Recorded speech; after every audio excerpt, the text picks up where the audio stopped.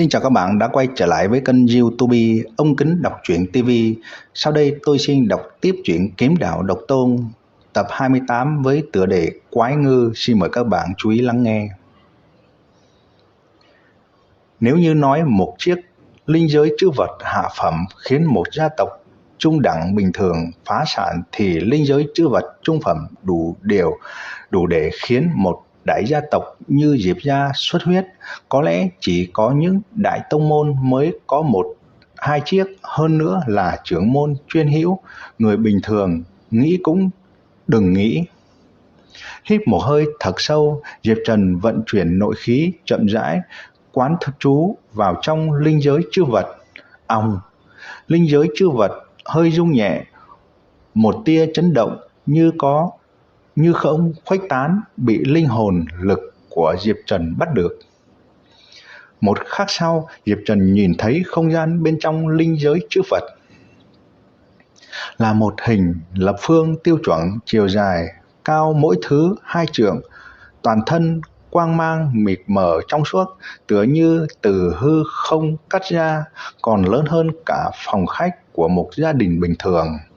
Bên trong đặt 2 cuốn bí tịch, một thanh trường đao liền vỏ và một đống ngọc thạch phát ra bạch quang nhàn nhạt, lớn bằng quả trứng gà, có cạnh có góc. Không lẽ đây là linh thạch? Dồn sự chú ý lên đồng ngọc thạch, tâm trạng vốn đã ổn định của Diệp Trần một lần nữa gợn sóng. Ý niệm khẽ động, Diệp Trần trực tiếp lấy ra một miếng ngọc thạch, nhắm mắt thôi động nội khí tiến nhập vào trong. Giống như một dòng nước lũ, nguyên khí bàng bạc bên trong linh thạch hung mãnh trào ra, thuận theo kinh mạch Diệp Trần xông tới, thế không thể dỡ. Không hay rồi, võ giả dưới ngưng chân cảnh căn bản không có tư cách dùng linh thạch tu luyện. Diệp Trần sắc mặt trắng bệch, miệng thổ huyết, vội vàng vận chuyển thuần nguyên công cường hành cắt đứt mối liên hệ với linh thạch. Vù. Hơi thở nặng nề, trong lòng Diệp Trần vô cùng sợ hãi, không ngờ chưa kịp vì quá vui mừng mà quên mất cấm kỵ của võ giả, suýt chút nữa kinh mạch tận phế, nội thương nghiêm trọng. May mà nội khí thuần nguyên công tinh thuần vô cùng, lại tu luyện đến cảnh giới lục hợp nhất, miễn cưỡng có thể cắt đứt liên hệ, nếu không đổi thành người khác, e rằng kinh mạch không phế cũng sẽ bị nguyên khí làm cho ngất đi. Mặc dù kinh mạch trên cánh tay vẫn ngâm ngẫm đau, nhưng Diệp Trần đã có thể ha ha cười lớn. Linh thạch cũng giống như linh giới trữ vật, đều là vật phẩm thiết yếu của võ giả cao cấp. Linh giới trữ vật dùng để tồn trữ vật thể, còn linh thạch để cung cấp nguyên khí tu luyện. Chỉ có thiên địa linh thạch mới có thể sản sinh. Dựa vào phẩm chất và lượng bao hàm có thể phân thành 4 loại: hạ phẩm, trung phẩm, thượng phẩm và cực phẩm. Phải biết người thường từ luyện khí cảnh tầng thứ nhất tu luyện đến luyện khí cảnh tầng thứ 10 cần 10 năm trở lên, từ ngưng chân cảnh sơ kỳ tu luyện đến ngưng chân cảnh hậu kỳ cần 10 mấy năm, và từ bão nguyên cảnh sơ kỳ tu luyện đến hậu kỳ chí ít cần 20-30 năm, cộng lại cũng phải đến 40-50 năm. Đối với rất nhiều người, 40-50 năm là một khoảng thời gian quá dài đến đáng sợ. Nhưng có linh thạch thì không còn như vậy nữa. Trừ luyện khí cảnh nhất định phải tu luyện thực sự đến ngưng chân cảnh là có thể hấp thu nguyên khí trong linh thạch. Theo những người có ý chí tính toán, chất lượng nguyên khí trong linh thạch bằng 5 lần nguyên khí thiên địa, cũng chính là nói trừ vấn đề đột phá cảnh giới, so với tốc độ tu luyện bình thường nhanh hơn 4 lần, lùi một bước cho dù cân nhắc cảnh giới khó tăng cũng có thể cung cấp tốc độ tu luyện nhanh gấp đôi. Có thể nói có linh thạch mới có thể hiện giá trị thiên tài. Dù sao thiên tài ngộ tính cực cao, đột phá cảnh giới nhanh đến khó tin, phát huy giá trị linh thạch đến cực hạn. Còn người tư chất kém, cho dù có linh thạch phụ trợ, đến lúc vượt ải vẫn phải chậm chạp tham ngộ, nếu không cả đời sẽ bị kẹt ở đó. Diệp Trần tính toán một lúc, bên trong linh giới chứa vật ít nhất phải có hơn vạn linh thạch, mỗi miếng linh thạch đáng giá 1.000 lạng bạc trở lên, tổng cộng 10 triệu lạng bạc. 10 triệu lạng bạc là khái niệm gì? Thực sự có thể duy trì một gia tộc trung đẳng 1-2 năm, tuyệt đối là một món tiền không nhỏ. Tài bất ngoại lộ, nhất định phải giấu kín bí mật này. Trước khi có đủ thực lực, có chết cũng không được nói. Diệp Trần tự khuyên bảo mình. Khó khăn rời mắt khỏi đống linh thạch, Diệp Trần cầm lấy 2 cuốn bí tịch.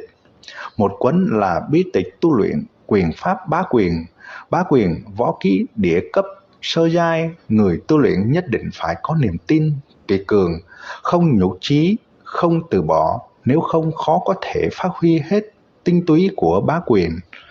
Bá quyền tổng cộng có 4 chiêu. Chiêu thứ nhất bá đạo hoàn hành, chiêu thứ hai độc bá vương nhất phương, chiêu thứ ba xưng vương xưng bá, chiêu thứ tư khí phách thiên thu. Phải tránh bá quyền uy lực cực đại, trước khi luyện thành chân khí, thân thể tố chất nhất định phải cường hãn dị thường, nếu không tổn thương chính mình không thể bù đắp được. Chiêu thứ tư khí phách thiên thu ảo diệu vô cùng, tố chất thân thể và chân khí cực giai mới có thể thôi động đến cực hạn, là quyền pháp địa cấp sơ giai. Diệp Trần nói không kích động là giả. Thông thường võ học địa cấp sơ giai chỉ có đệ tử hạch tâm mới có tư cách tu luyện, đệ tử nội môn có thể học đến võ học địa cấp sơ giai lèo tèo mấy người, đừng nói đệ tử ngoại môn. Tiếp theo là quyển thứ hai. Quyển thứ hai là bí tịch cường thân Tôi Ngọc Cường Thân Quyết, địa giai sơ cấp, là bí tịch lưu truyền từ mấy trăm năm trước. Người tu luyện đại thành nguyên khí, dung nạp đại tăng. Nếu võ giả luyện khí cảnh tu luyện có thể dùng thân thể cường hoành trực tiếp hấp thu nguyên khí trong linh thạch, không cần phải lo lắng vấn đề an toàn. Tôi Ngọc Cường Thân Quyết tổng cộng có 5 quyết. Quyết thứ nhất dưỡng thân luyện lực, quyết thứ hai cương nhu thần lực, quyết thứ ba Tôi Ngọc Cường Thân, quyết thứ tư Tôi Ngọc Trọng Sinh, quyết thứ năm Kim Cương Ngọc Thể. Chú ý, quyết thứ nhất và quyết thứ hai chú trọng dưỡng thân. Người có thiên phú dị bẩm có thể trực tiếp tu luyện quyết thứ ba, nếu đạt được đến cảnh giới cao nhất quyết thứ năm, so với võ giả cùng cấp gần như vô địch. Lại là một cuốn bí tịch địa cấp sơ giai, bị linh giới chứa vật và linh thạch làm cho chấn động. Bây giờ nhìn thấy bí tịch địa cấp sơ giai, Diệp Trần còn chẳng kích động như trước nữa. Đương nhiên mừng là chắc chắn. Tạm thời thu hồi bí tịch, Diệp Trần lấy ra một vật phẩm cuối cùng, là một thanh chưởng đao liền vỏ. Vỏ đao trong suốt, bên trong có khắc sơn thủy chim cá. Chuôi dao to dài, phần bảo vệ tay giống như một cái đầu hổ đúc, há miệng nuốt chửng thân đao. Oang! Dao rút ra, một luồng đao khí sáng loáng bắn ra, để lại trên bức tường thạch thất một vết chém dài 3 thước, sắc bén dị thường. Một thanh bảo đao tốt có thể tự phát đao khí. Mắt Diệp Trần rực sáng, vũ khí có thể tự phát khí kình vượt qua phạm trù phàm binh, thượng thăng lên đẳng cấp thần binh lợi khí. Trong ký ức của hắn, Diệp gia cũng có một thanh bảo kiếm gia truyền tên là Tuyệt Ảnh. Một kiếm đâm ra có thể đột phá không khí trở ngại, giết người vô ảnh. Nếu như có gì bất ngờ, thanh bảo đao này trị giá 100 vạn lạng bạc. Chỉ duy nhất đáng tiếc một điều, Diệp Trần không dùng đao mà dùng kiếm. Hắn cho rằng kiếm là bách binh vương giả, tổng hợp đánh giá cao thấp, nhưng người luyện được rất ít so với những binh khí khác, ít hơn rất nhiều. Thân đao lạnh buốt được vỏ đao giấu đi, Diệp Trần dừng ánh mắt ở vết cháy đen trên mặt đất. Nếu như hắn đoán không sai, chủ nhân thạch thất đã chết là lúc luyện công tẩu hỏa nhập ma, bị chân khí chi hỏa thiêu cháy thành tro. Thuận theo tự nhiên, linh giới chư vật cũng bị rơi vào tro cốt. Lại 3 lần trước đống tro cốt, Diệp Trần tự nói một mình: tiền bối, mặc dù những thứ người để lại không nhiều, nhưng với ta mà nói rất hữu dụng. Đệ tử ngoại môn Lưu Vân Tông Diệp Trần ở đây cúi đầu trước người, hy vọng người đừng trách ta đã lấy đi di vật của người. Lại liền 3 cái, Diệp Trần ít nhiều có chút cảm khái. Từ di vật có thể thấy vị tiền bối đã chết này tu vi không thấp, đáng tiếc cuối cùng vẫn không thoát khỏi kết cục tẩu hỏa nhập ma, cho nên mới nói tu luyện tàn khốc, vừa phải đối phó với kiếp số bên ngoài, vừa phải khắc chế bản thân. Thế giới trong lòng đất không biết ngày đêm, không tìm được lối ra, Diệp Trần dứt khoát ở trong tu luyện Tôi Ngọc Cường Thân Quyết. Tôi Ngọc Cường Thân Quyết thứ nhất hắn sớm đã luyện thành, quyết thứ hai luyện đến cương nhu nhất thể cảnh giới, chắc giống như Từ Tĩnh sư tỷ thân thể sinh ra thần lực. Thần lực là gì?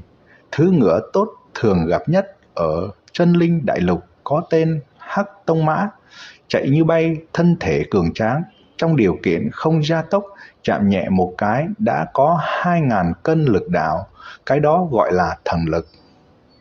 Bây giờ lực khí Diệp Trần đang ở khoảng 1.500 cân, cách 2.000 cân không còn xa nữa, nhưng hắn biết càng về sau lực khí tăng càng chậm, 500 cân lực khí này cần thời gian tuyệt đối nhiều hơn trước.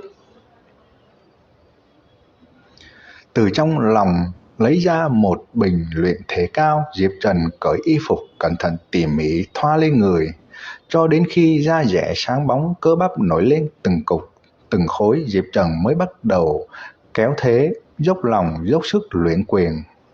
Quyền pháp vẫn là Kim Cương Quyền, càng là quyền pháp bá đạo, thân thể rèn luyện càng phát triệt để. Kim Cương Quyền cũng không ngoại lệ. Đương nhiên lúc này Kim Cương Quyền không còn giống như trước, mà phối hợp với Tôi Ngọc Cường Thân Quyết, quyết thứ hai vừa đọc khẩu quyết vừa luyện, một nội một ngoại, hiệu quả càng thêm rõ ràng. Kim cương quá giang, kim cương đạo sự, kim cương nhập hải, kim cương vô lượng. Đem Kim Cương Quyền từng chiêu thức biến hóa, Diệp Trần dần dần tiếp nhập trạng thái vật ngã lưỡng vong. Mơ hồ, từ trong cơ thể Diệp Trần truyền ra âm thanh huyết dịch lưu chuyển kịch liệt, tựa như Trường Giang đại hải, trái ngược là trái tim lại đập chậm lại, nhưng rất có lực, thịch thịch, thịch thịch, giống như tiếng trống đánh, làm chấn động cả xương cốt trên người. Không biết qua bao nhiêu thời gian, Diệp Trần đột nhiên mở mắt, thân hình tung lên, một quyền đánh vào cành cây xám ngắt. Phanh, cành cây cực kỳ cứng rắn, nứt thành mấy đường. Cái cây cứng quá, nhưng lực khí của mình gia tăng không ít, có lẽ có 1.600 cân. Không ngờ Tôi Ngọc Cường Thân Quyết lại hữu dụng như vậy. 2 canh giờ ngắn ngủi, lực khí gia tăng gần 100 cân, đây là điều mà Kim Cương Quyền không thể làm được. Nghỉ ngơi một lúc, Diệp Trần cảm thấy bụng hơi đói, lúc này vận động nên thân thể đã tiêu hao hết toàn bộ năng lượng còn lại, bắt buộc phải bổ sung năng lượng mới. Đi đến bờ sông, Diệp Trần thầm nghĩ ở đây chắc phải có cá ăn được chứ. Nước sông rất sâu và thanh tịnh, xuyên qua mặt nước có thể nhìn thấy từng sải âm ảnh dài, nhỏ có 1 thước, lớn hơn nửa trượng, bơi tương đối nhanh, đuôi hơi vẫy, thân thể đã xuyên được 7-8 mét, thoáng cái thoát khỏi tầm nhìn. Nhặt một viên đá trên mặt đất, Diệp Trần quát khẽ một tiếng, trúng cho ta. Dưới 1.000 cân cực lực, viên đá còn sắc hơn ám khí, vẽ một đường thẳng tắp trong trung không, sau đó chui vào đáy nước. Vốn dĩ Diệp Trần chỉ thử tính khoảng cách giữa cá và mặt nước, ai ngờ chỉ mới tùy tiện ra tay đã đánh trúng một đòn chí mạng vào hắc ảnh dài hơn nửa trượng. Rầm rầm rầm, lập tức hắc ảnh cuộn người phá nước chui lên, bọt nước văng khắp nơi, đập vào mắt người ta là một cái đầu quái ngư nâu đen, bên má có gai, thân thể tráng kiện có lực, bề mặt lồi lõm gập ghềnh. Há cái miệng đầy răng nhọn, quái ngư định một miếng đớp trúng đầu Diệp Trần. Diệp Trần cười nhạt, xoay người đánh một quyền vào bụng con quái ngư. Len keng. Da quái ngư còn cứng hơn gang thép, khiến Diệp Trần rất kinh ngạc. Phải biết một quyền của hắn bây giờ đủ đánh tan một tảng thanh thạch lớn, vậy mà không phá được phòng ngự của đối phương. 3. Quái ngư dưới tác dụng của kình quyền lùi lại sau nửa mét, cái đuôi dài mỏng như đuôi bò quét ngang, kình phong vù vù rung động. Cho dù là Diệp Trần cũng không muốn trúng phải một đập. Trong lúc ngàn cân treo sợi tóc, Diệp Trần không lựa chọn rút lui mà lấy ra thanh bảo đao từ trong linh giới trữ vật. Một đao chém ra, phụt một tiếng, đuôi quái ngư bị chém đứt rời. Quái ngư rơi lại xuống nước, ra sức lặn xuống sâu hơn, không dám tấn công Diệp Trần nữa. Cười khổ một tiếng, Diệp Trần biết không có bảo đao đối phương không từ bỏ dễ dàng như vậy, có thể phá phòng ngự hay không vẫn là vấn đề, nhưng xem ra trên người quái ngư không có yêu khí phát tán, không thể là yêu thú, có lẽ là vật chủng cổ đại thiên phú dị bẩm. Đuôi cá dài 3 thước, to như miệng bát, đủ để Diệp Trần ăn no một bữa. Diêm lửa lúc nào cũng mang theo bên người, Diệp Trần nhanh nhẹn thổi lửa, đặt đuôi cá lên giá nướng chín. Một khắc sau, một mùi thơm dịu dịu lan ra, khiến ngón tay Diệp Trần không khỏi động đậy. Cầm lấy đuôi cá, Diệp Trần cắn thử một miếng, thịt cá mềm đến nỗi suýt cắn vào lưỡi. Ngạc nhiên quá, thịt cá này vừa giống thịt bò lại vừa giống thịt gà, còn có mùi thơm nồng đậm khó nói. Không đúng, sao thân thể lại nóng thế này? Nuốt thịt cá vào bụng, thân thể Diệp Trần đột nhiên nóng như có lửa, một luồng nhiệt lưu từ trung tâm dạ dày lan ra toàn bộ thân thể, thẩm thấu vào trong cơ bắp, trong huyết dịch, thậm chí cả trong xương tủy, từng đợt ấm áp vô cùng. Các bạn vừa nghe xong truyện Kiếm Đạo Độc Tôn tập 28 với tựa đề Quái Ngư. Ở video tiếp theo tôi xin đọc tiếp truyện Kiếm Đạo Độc Tôn tập 29 với tựa đề Thần Lực Đại Thành. Xin mời các bạn chú ý lắng nghe. Xin chào và hẹn gặp lại các bạn.